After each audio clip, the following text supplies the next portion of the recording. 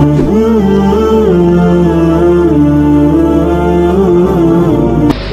تو ہے نا دیکھنے والا۔ عبیداللہ ابن زیاد کے دربار میں جب سیدنا امام حسین کا کٹا ہوا سر پہنچا نا، اس نے ایک چھڑی پکڑی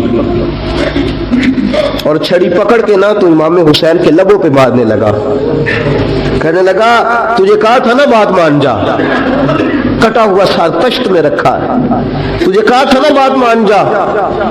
راوی کہتا ہوں عبیداللہ ابن زیاد نے چھڑی ماری اور اس نے بے ادبی کی، کہنے لگا تو تھا ہی اس قسم کا، تیرا یہی حال ہونا چاہیے تھا معاذ اللہ۔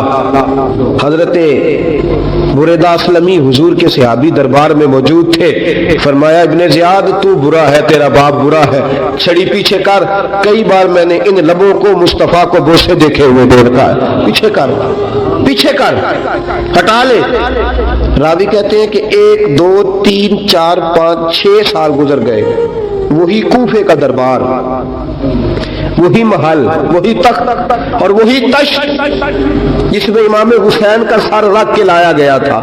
6 سال کے بعد مختار ثقفی حکمران بن گیا۔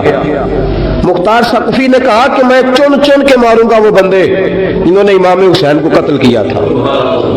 1 نہیں 2 نہیں 4 نہیں 6000 بندہ مارا اس نے، چن چن کے۔ راوی کہتے ہیں کہ یہ ابن زیاد 30,000 فوج لے کے نہر فرات کے کنارے میدان کربلا کے سامنے آیا اور اس نے جہاد کیا۔ مختار ثقفی نے ابراہیم بن مالک کو بھیجا، فرمایا جاؤ قتل کر کے لاؤ۔ لڑائی شروع ہو گئی، یکم محرم کو ہوئی تو پھر بند ہو گئی، پھر 5 کو شروع ہو گئی، پھر 7 کو شروع ہو گئی، 10 محرم کا دن آ گیا۔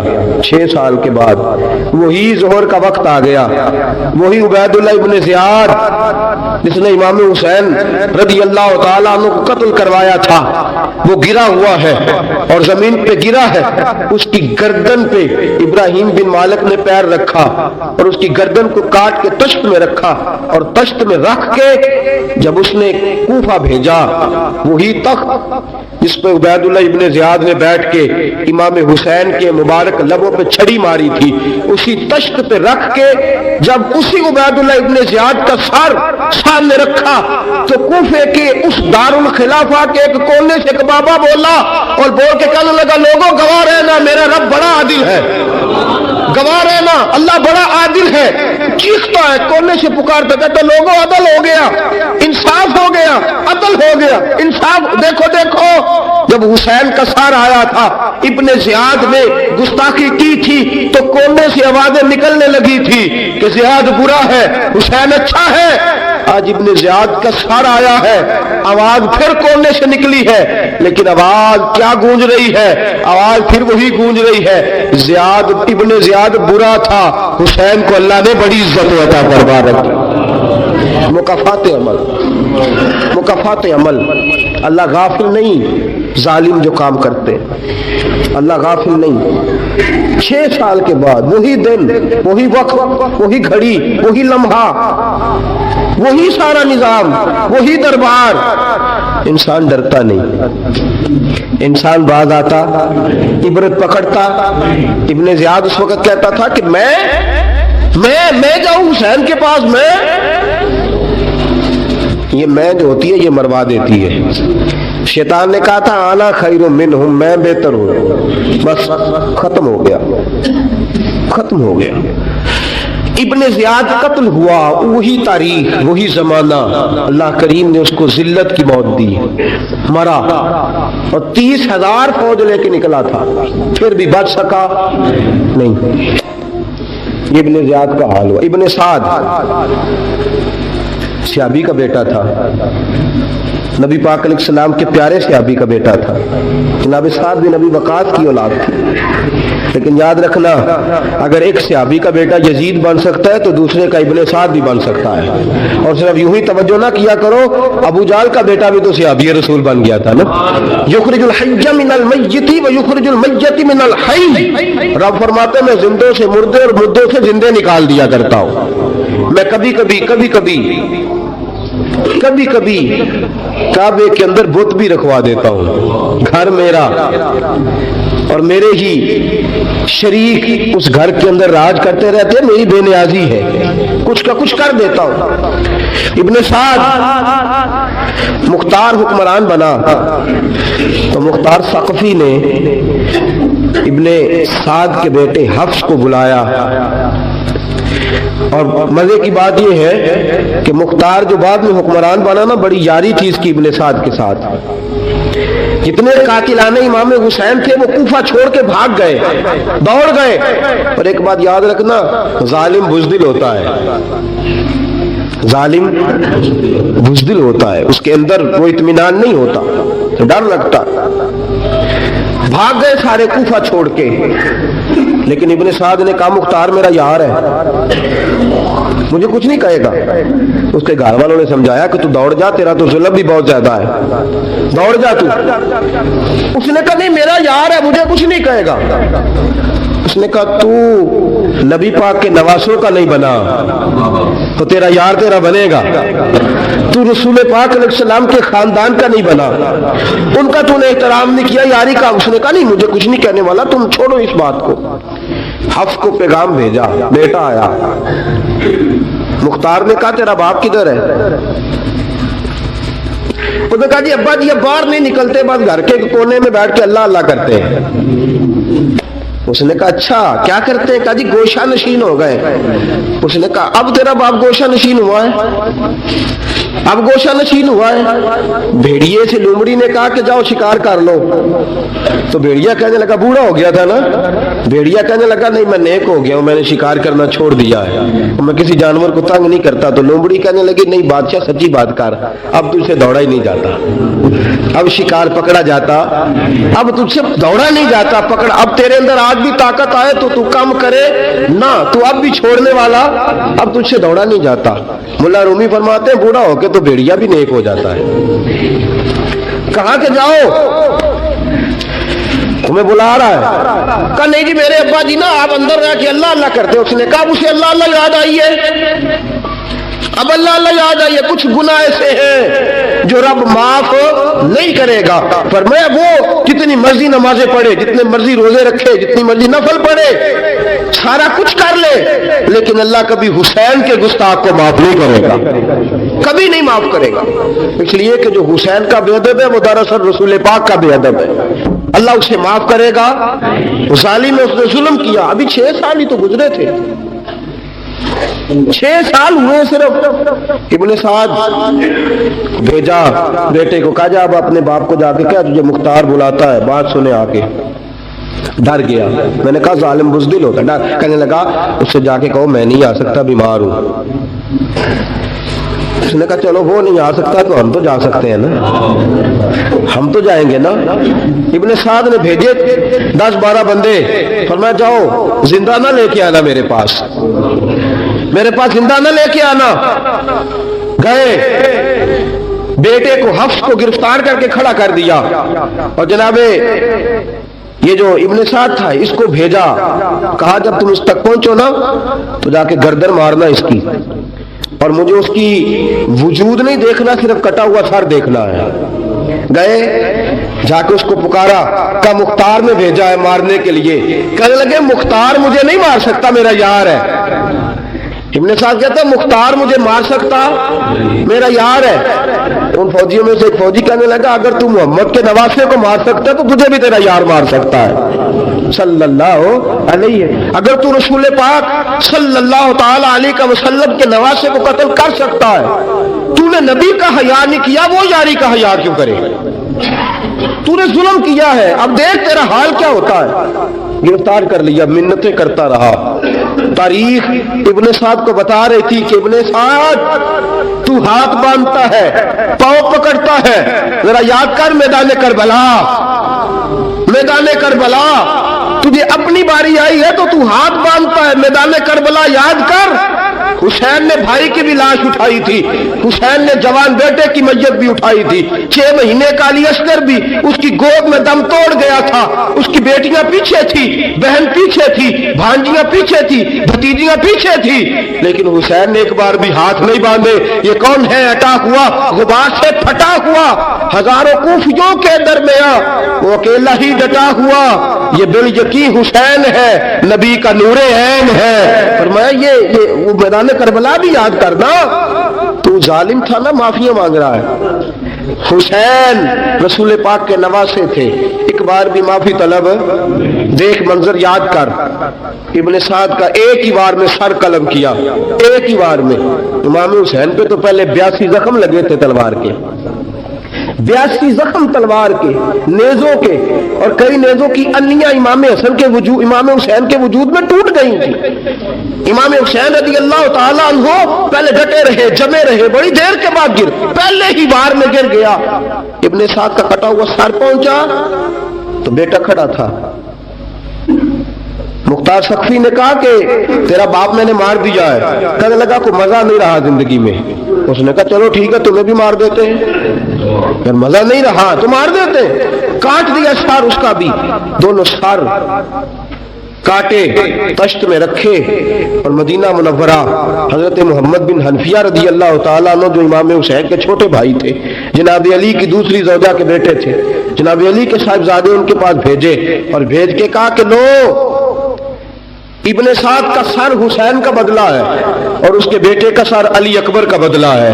जब मोहम्मद बिन हनफिया के पास पहुंचे तो आपने फरमाया ये कमीनों के सर मेरे भाई के सर का बदला हो ही नहीं सकते, ये कहाँ हुसैन का बदला हो सकते हैं? वो हुसैन इब्ने अली, वो हुसैन इब्ने अली, हुसैन इब्ने अली की शान रिफत कोई क्या जाने, हसन जाने, अली जाने, नबी जाने, खुदा जाने। वो हुसैन इब्ने अली के बाप जिन्हां दा हर मैदान अंदर लड़दा रहा सी कुल ईमान बन के, मां जिन्हां दी सजदातुन निशा होवे ते नाना अर्श ते जावे मेहमान बन के। फरमाया ये हुसैन का बदला हो सकते हैं? वो खोली बिन यजीद, खोली बिन यजीद जिसने इमाम हुसैन का सर काटा था, पता चला ना, देखे ना इमाम हुसैन को कितने मौके मिले थे करबला से जाने के। पहले मौके पर ही और बिन यजीद ने कहा कि इमाम आप जाना चाहे तो मैं रास्ते खोल देता हूं, आप तशरीफ ले जाएं। इमाम हुसैन ने फरमाया मैं अली का बेटा हूं, दौड़ूंगा नहीं, मैं दौड़ूंगा नहीं, मैं नहीं जाने वाला। खौली बिन यजीद दौड़ गया, कूफा छोड़ के दौड़ गया और किसी दूर दराज इलाके में जाकर डेरा लगा लिया। फिर वहां से वापिस आया एक दिन, किसी ने कहा अमन हो गया, आजा। आ गया दोबारा कूफे। मुख्तार को पता चला कि आ गया है, फंस गया है, घर पहुंच गया है। इसकी बीवी जो थी ना खौली बिन यजीद की, बड़ी मोहब्बत करती थी नबी पाक के खानदान के साथ, हुजूर के खानदान के साथ बड़ी मोहब्बत करती थी। और मोहब्बत वालों का अंदाज पता क्या है? रंगे चमन पसंद, न फूलों की बू पसंद, हमको है वो पसंद जिसे आए तू पसंद। ये अंदाज है, अंदाज मोहब्बत ये है कि नबी पाक का गुलाम ना हो, सगा चचा भी हो तो मानते नहीं, गुलाम ना बने, सगा चचा भी हो तो मानते नहीं। और नबी पाक अलैहिस्सलाम का गुलाम हो, चाहे हबश का रहने वाला बिलाल ही क्यों ना हो, सरदार मानते हैं। ये अंदाज़े मोहब्बत है। वो बीवी बड़ी मोहब्बत करने वाली थी, उसने पैगाम भेजा, उसने कहा आ गया है घर। बंदे भेजे, कहा जाओ खौली को पकड़ के लाओ। मुख्तार ने कहा जल्दी लाओ। हुक्मरान ने हुक्म दिया, लाओ पकड़ के। गए, घर के अंदर गए तो छुप गया। छुपा कहाँ? टोकरे के नीचे।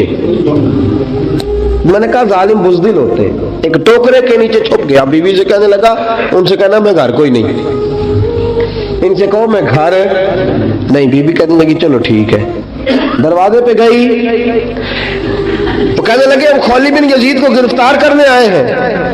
मुंह से पुकार के कहने लगी घर कोई नहीं, मुंह से, और हाथ के इशारे से कहने लगी वो टोकरे के नीचे छुपा हुआ है।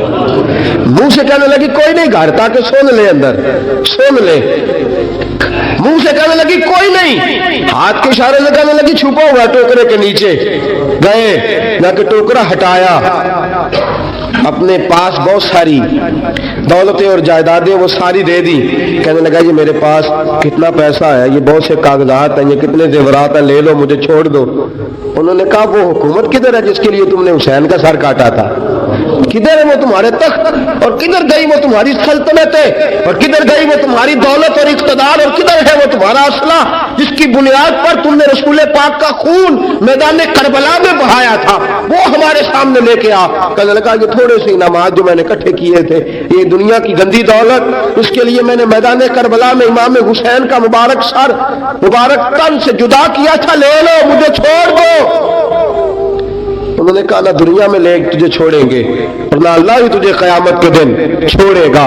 गिरफ्तार करके लाए, गिरफ्तार करके लाए। मुख्तार ने कूफे के बाजारों के अंदर ऐलान किया कि आओ बाहर निकलो, तुम्हें बताऊं।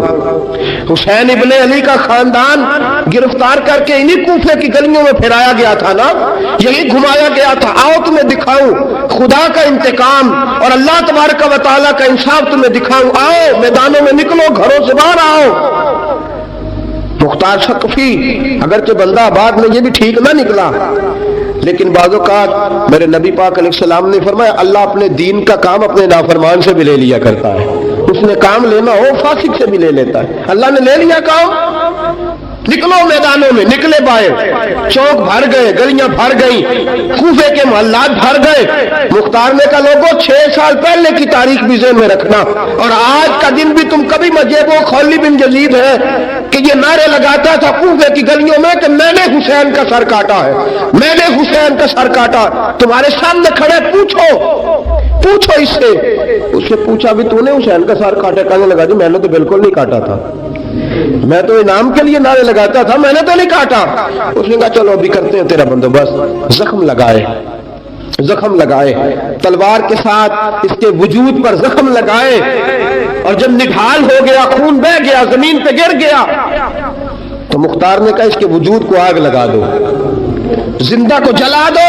जब वो जल रहा था, राख उड़ रही थी, लोग कह रहे थे कि देखो याद रखना अल्लाह ने रस्सी ढीली कर दी थी, अब रब ने रस्सी खींची है, तो देखो खुदा से बड़ा किसी का इंसाफ नहीं है। किस अंदाज में इमाम हुसैन के कातिल को शिमर जिल जोशन, मैंने कहा था 10 मुहर्रम के दिन जब मुख्तार के लोग इसके पीछे भागे तो मदीना मुनव्वरा तक गया, हजरत इमाम ज़ैनुल आबिदीन से भी मिला, उन्होंने पानी भी पिलाया, पानी भी पिलाया। कहने लगा इमाम साहब लगता है आपने मुझे पहचाना नहीं। फरमाया मेरा सारा घर उजाड़ दिया, मैं तुझे भूल सकता हूँ?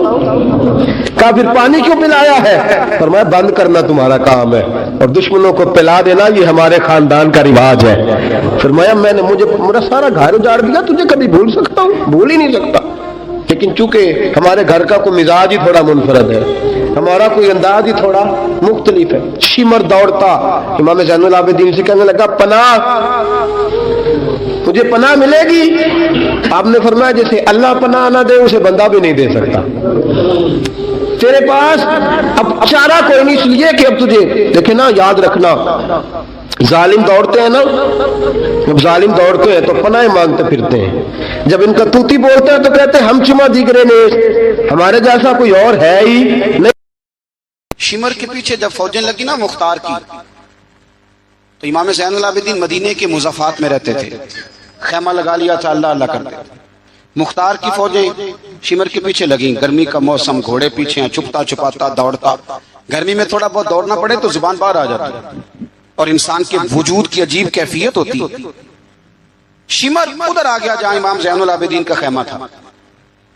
इसने देखा कि एक घर है, छुपने की जगह, दौड़ के अंदर दाखिल हुआ। इमाम मुसल्ले पे बैठे थे, यूं नजर उठाई, क्या शान है रसूल करीम के घराने, क्या अंदाज है घराने का। यूं नजर उठाई, फरमाया परदेसी पानी पीना है? बंद करने वाला था पानी, पानी पीना है? कहने लगा पीना है। शिमर कहते मैं समझा कि पहचाना नहीं इमाम ज़ैनुल आबिदीन, पहचाना नहीं। वक्त बदल गया, हालत बदल गई, वो ताजो तख्त वाले आज रुसवा हैं। इमाम ज़ैनुल आबिदीन खुद उठे, सुनना और याद रखना, उठे, प्याले से पानी अपने मटके से पानी प्याले में डाला, फिर एक प्याला दिया, फिर दूसरा दिया, और पियोगे, तीसरा दिया। शिमर कहते जब मैं सैर होके पानी पी लिया ना तो मुझे तो गुमान था ना पहचाने नहीं, तो मैं इजाजत लेके बाहर निकला तो मैं ना पानी तो पी लिया पर पानी पानी हो गया। हम तो दुश्मन को भी पाकीज़ा सजा देते हैं, हाथ उठाते नहीं, उसे उसकी नजरों से गिरा देते हैं। कहते हैं कि पानी पानी हो गया यार, मैंने पानी बंद किया, प्यासे रखा 3 दिन और मुझे पिला रहे हैं। शर्म आई और मैंने कहा मर तो अब जाना ही है, तो ज़ैनुल आबिदीन से सच्ची बात ना कर ले। मैं अंदर गया तो इमाम फिर गर्दन झुकाए बैठे थे, तो मैंने कहा ज़ैनुल आबिदीन शायद आपने पहचाना नहीं। तो इमाम साहब ने नजरें उठाई तो आंखों में आंसू थे। फरमाया क्यों नहीं पहचाना? जब तो अंदर दाखिल हुआ है तो मुझे 6 महीने का अली असगर उसी वक्त याद आ गया था। जब तो अंदर आया है तो मेरे चचा के कटे हुए बाजुओं में जो दर्द था और मेरी फूफी की आंखों में जो आंसू थे मुझे सारे याद आए थे। और वो कहाँ करबला और कहाँ दमिश्क तुमने नेज़े पे लटका के मेरे बाप का जो सार गलियों में घुमाया, मुझे सारा याद आया था। शिमर कहता मैंने घबरा के कहा फिर पानी क्यों पिलाया? कर पहचान गए थे तो पानी क्यों पिलाया? कहता यूं करके आंसू पूछे इमाम ने। फरमाने लगे मेरी मजबूरी है, मैं साकी कौसर का नवासा हूँ, मेरी मजबूरी है, मुझे पिलाना था, मैं मजबूर हूँ इसलिए कि मुस्तफा का नवासा हूँ। उन्होंने हमें सिखाया है कि जो पानी ना दे उसे प्याले भर भर के पिलाना चाहिए। किधर गया मेरा और आपका किरदार? छोटे छोटे दिल, इतनी इतनी बात में झगड़ा। हो सकता है साकी साहब से भी मैं नाराज हो जाता अगर स्टेज पे बड़ी कुर्सी न रखते। इतना सा दिल बस हो सकता है बिगड़ जाए एक दूसरे से कि मुझे बुलाया ही नहीं, नारे नहीं लगाए, बंदा इस्तकबाल कोई नहीं भेजा। ओ भैया तो छोटे लोग इस तरह की बातें करते हैं, ये तो कच्ची पक्की बातें। जो आदमी बड़ा होता है वो इस्तकबाल से बड़ा नहीं होता, जो बड़ा होता है वो बड़ी कुर्सी से बड़ा, जो बड़ा होता है वो आगे बैठने से बड़ा नहीं होता। सदर सदर ही होता है, वो जहां भी बैठ जाए वो सदर ही है। इन चक्रों से बाहर अहले बैत अतहार का उसवा नूर खूबसूरती बात को समेटना है क्योंकि वक्त इशा करीब है। क्यों निकले इमाम हुसैन यजीद के खिलाफ?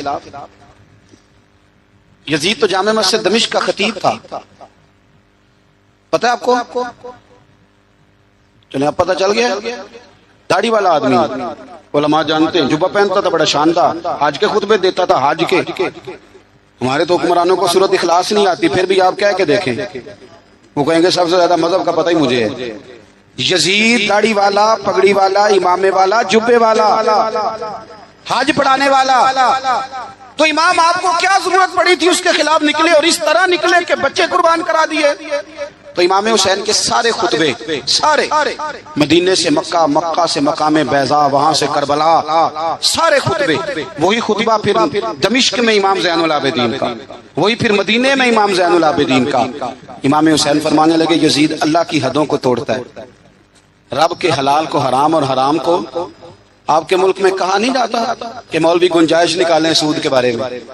इतना बड़ा जुर्म जिसको कहा गया कि अल्लाह रसूल से जंग है, ये इतने बड़े हराम को हलाल करने जा रहे हो। कहा ये अल्लाह की हदों को तोड़ता है, नमाजें छोड़ के पढ़ता है, रंडियों का नाच देखता है, मुजरा जो आजकल गंद हर एक मोबाइल में आया है। ये इमाम हुसैन ने ये खुतबा दिया, फरमाया कि मुजरा देखता है, नाच देखता है, अय्याशियां करता है। और फिर इमाम हुसैन ने फरमाया मैंने अपनी आंखों से इसे मदीने में शराब पीते देखा। फरमाया जो इतने बड़े कबायर करता हो उसके हाथ में हाथ दे दूं? यार समझो तो सही, इमाम हुसैन का जिहाद तो बेहयाई के खिलाफ, शराब के खिलाफ। इमाम हुसैन का जिहाद तो दीन को नाफिज करने का, नाफिज करने, नमाज पढ़ने से यजीद मना नहीं करता, नाफिज करने का जिहाद। इमाम ने बच्चे कटवा दिए, लेकिन इलेक्शन में बड़े शराबी की बड़ी फोटो के नीचे छोटी मेरी भी लगी हो, और मैं सबसे बड़ा हुसैनी, सबसे बड़ा यराने सारे शराबियों से, यजीदियों से, और सबसे बड़ा हुसैनी में सारा कान मिल्लत के जवानों के मोबाइलों में लड़कियों के कॉलेज के आगे लड़कों का रश, और बहुत सारी बच्चियां बेचारी पढ़ना छोड़ गईं, कॉलेज छोड़ गईं, इसलिए कि बाप निगरानी नहीं कर सकता, ड्यूटी नहीं दे सकता। और भाई ये सारे हुसैन के मानने वाले हैं, یہ امام علی مقام کے ماننے والے ہیں؟ یا اپنے ملک میں اپنی بیٹیاں محفوظ نہیں؟ ہندوؤں سے خطرہ ہے، یہاں سکھوں سے خطرہ ہے۔ او میرے عزیز یاد رکھ، اگر تو گند دیکھتا ہے، گند کو پروموٹ کرتا ہے، گند کی بات کرتا ہے اور اس بے حیائی کو فروغ دیتا ہے، تو قیامت والے دن امام حسین کا ہاتھ ہوگا، تیرا میرا گریبان ہوگا۔ حضرت علی اکبر میدان محشر میں کھڑا کر کے سوال کریں گے کہ میں نے بازو کٹوا دیے اور تیرے ہاتھ چلتے رہے گندگی کے لیے، اس کو پرموٹ کرتا رہا۔ حضرت علی اکبر سوال پوچھیں گے۔ نوجوانوں یاد رکھنا، نوجوان وہ نہیں ہوتا جو کہتا ہے کہ میں جدھر جاتا ہوں تو ادھر میں ہی میں ہوتا ہوں، مرضی سے سوتا ہوں، مرضی سے اٹھتا ہوں، مرضی سے کھاتا ہوں، 15 لڑکیوں کے میرے موبائل میں نمبر ہیں۔ یہ جوانی نہیں، یہ تو کمزوری ہے آپ کی، یہ تو نفس کی غلامی ہے۔ جوان تو وہ ہوتا ہے جتنا قد اونچا ہو اتنی نظریں جھکی ہوئی ہیں۔ جوان تو وہ ہوتا ہے جتنا زیادہ اللہ قوت دے، اپنے سارے معاملات کو، اپنی عقل کو، اپنی قوت کو وہ در رسول کا غلام بنا دے۔ محمد بن قاسم آئے یہاں لڑنے کے لیے، راجہ دہر سے مقابلہ، 17 سال کا نوجوان، کتنے سالوں کا بول کے بتائیں؟ 17.5 سالوں کا منڈا کی کر لیندہ ویسے، برگر کھانے کے علاوہ، گھر میں لڑائی کرنے کے علاوہ۔ اور یہ غلطی ہماری ہے، ہمارے ہاں کوئی بڑا نہیں ہوتا، جب بچہ ہوتا ہے تو کہتے ہیں ابھی بچہ ہے، اس لیے غصہ کرتا ہے، اور جوان ہو جائے تو کہتے ہیں خون گرم ہے، بوڑھا ہو جائے تو کہتے ہیں انہیں پتہ ہی نہیں لگتا۔ تے سیانے ہونے دی کیڑی عمر ہے جی، وہ بھی بتا دیں، اس کا بھی کوئی بہانہ بتائیں، کب سمجھدار ہوگا؟ 17 سال کا نوجوان، عشق لگا سی کھیڈاں کھیڈ دی تو پھر کھیڈاں بھول گئیاں، کجل پایا سی یار دے ویکھنے نوں، پھر او دی یاد وچ روندیاں ہی ڈول گئیاں۔ حیدر شاہ اس گلی کدے نہ رول دی، پر ہن تے رول گئیاں۔ محمد بن قاسم آئے تو ایک بزرگ نے دیکھا محمد بن قاسم بڑے پریشان ہے، کہنے لگے پتر خیر ہے؟ تو کہنے لگے حضور نہ تو رسموں کا پتہ ہے ہندوستان کے، اور سنا ہے راجہ دہر کی فوج بھی بڑی مضبوط ہے، کیسے لڑوں گا؟ کہنے لگے بیٹے تو ہمت کر، میں دعا کروں گا اللہ تیری مدد کرے۔ چند دنوں کے بعد وہ بزرگ پھر ملے تو محمد بن قاسم بڑے حشاش بشاش، تو بزرگ کہنے لگے آج بڑے حشاش بشاش ہو، خیریت ہے؟ محمد بن قاسم کہنے لگے حضور مجھے پتہ چل گیا ہے، 2 سے 2.5 گھنٹے لڑے گا راجہ دہر پھر بھاگ جائے گا، اس سے زیادہ میرے مقابلے میں ٹھہرے گا نہیں۔ کہا کیوں؟ کہنے لگے میں نے پتہ کرایا ہے وہ نظر کا گندہ ہے، میں نے معلومات کرائی ہیں، اس کی تو پھپھی کی، ماموں کی، خالہ کی، چچا کی بیٹی اس کی گندی نظر سے محفوظ نہیں، جن کے پیٹوں میں رزق حرام ہو اور آنکھوں میں بے حیائی ہو، وہ کبھی کسی میدان میں کھڑے نہیں رہ سکتے، 2 گھنٹے سے زیادہ کھڑا نہیں رہے گا۔ کہنے لگا حضور میں 17 سال کا نوجوان ہوں، یا میں نے کعبہ دیکھا ہے یا قرآن دیکھا ہے، اور جب دل زیادہ للچاتا ہے تو مصطفیٰ کی قبر انور کو دیکھا کرتا ہے۔ ہم نے باحیا زندگی رکھی ہوئی ہے اپنے مزاجوں میں۔